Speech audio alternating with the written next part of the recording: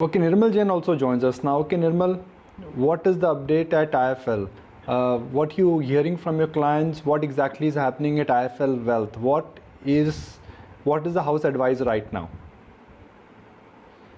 So these are unprecedented time, and obviously everybody is trying to be as cautious as possible. And in terms of stock market investing, also people are more, actually caught up with trying to make sure that there's a physical safety and offices works. At this point in time, I think people aren't in a mode to take too many decisions. Everybody's flight to safety, and people are being cautious. But those who have money and those who are not invested in equity can start investing in equity in these times. They may start with 20-25% of their assets in case they are not yet allocated to equities at all.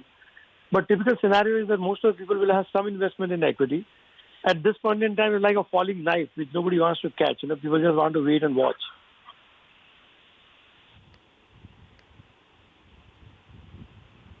Okay, what is happening to your various businesses, the NBFC business, the wealth business? Are you feeling the heat of the slowdown? Are you feeling the heat that there could be challenges in terms of payments and collections, at least in the NBFC business? I think things are changing very rapidly, and maybe this week and next week are crucial. So if I tell you till last week, at least, we did not have too much of stress in terms of repayment or loans. I mean, obviously there has been some stress in the system even before coronavirus because of liquidity crisis and, post IL&FS default. I think there has always been a scare and worry. But at this point in time, I think maybe a system is getting disrupted now a lot more than what it was. So till now we haven't seen much impact, but we are cautious. So we're waiting. We are just with the sort of bated breath to figure out how next 2 weeks are.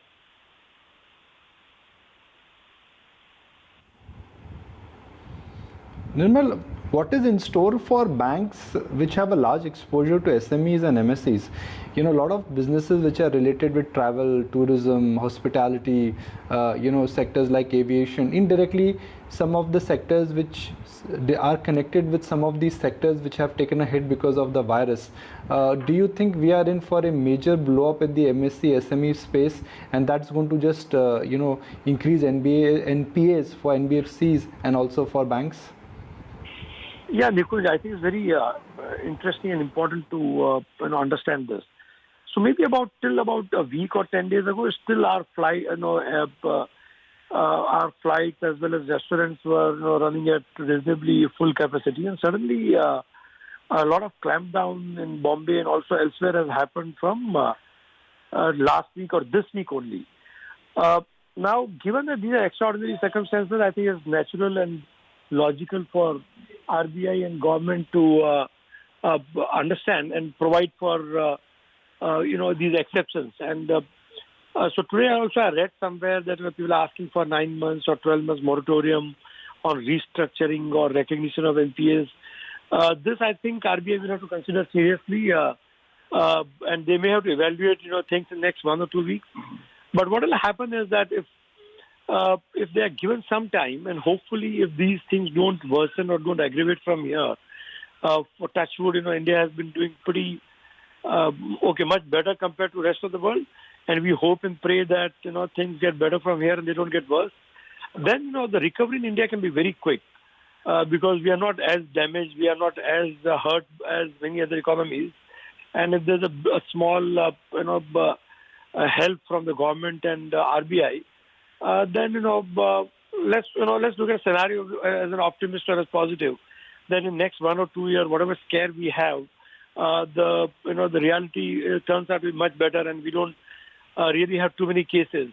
Then it can be a V-shaped recovery from first week of April in the sentiment and also in the business environment.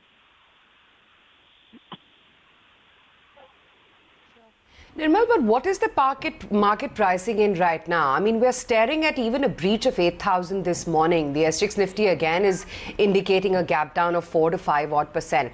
Is the market pricing in now 2 bad quarters of earnings? Or do you think that's not the question anymore? It's just, sell out whatever you have?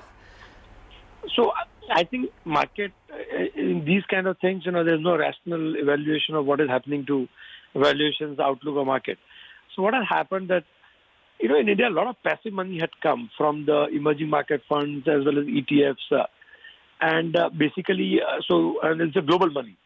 And when there is a redemption, then there's a huge global sell-off. So they can't look at the prices. So a lot of, whatever panic reaction that we are seeing is a sell-off by foreign funds. And when they are selling at this point in time, even domestic funds or investors would like to wait and watch because people don't know where the bottom is or where it's going to stop. So these are irrational markets.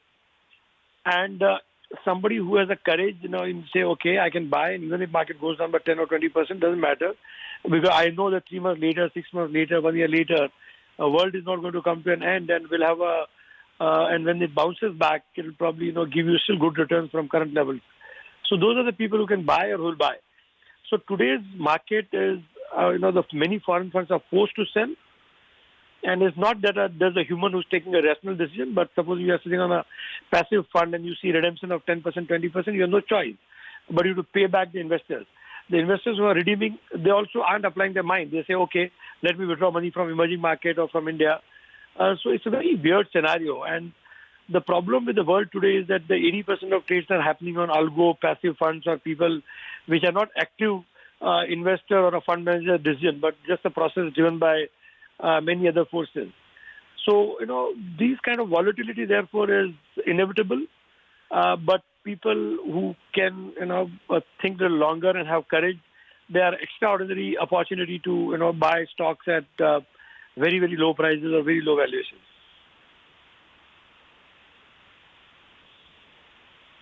Open market operations. Do you think that a lot more is desired at this point on the fiscal as well as on the monetary side from the government and the Reserve Bank? So I think they haven't done much till now. So 10,000 crore rupees of liquidity is neither here nor there.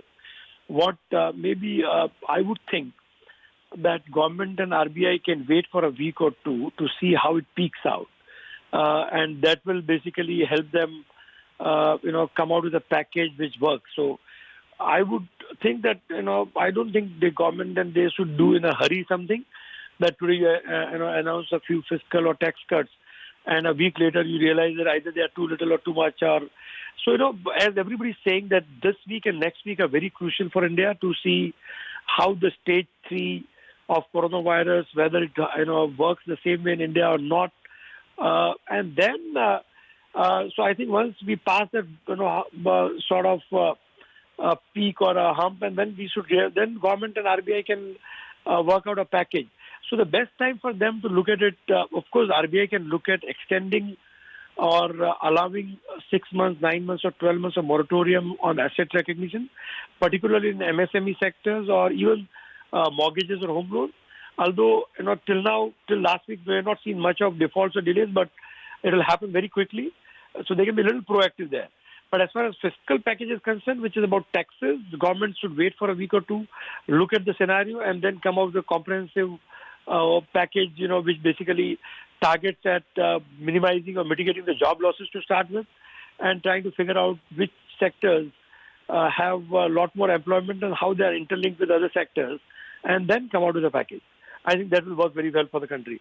As I'm saying that as an optimist, if this scenario doesn't aggravate from here, then we have a great opportunity to attract a lot more investment and also have a V-shaped recovery in the economy on the back of the package, but more importantly, low crude oil prices, low commodity prices, so and the early forecast has started coming of good monsoon. So India can actually take this crisis into an opportunity and make a very robust recovery for the economy as quickly as from April onward. We hope. Thanks very much then, Nirmal, for sharing with us your thoughts on the markets.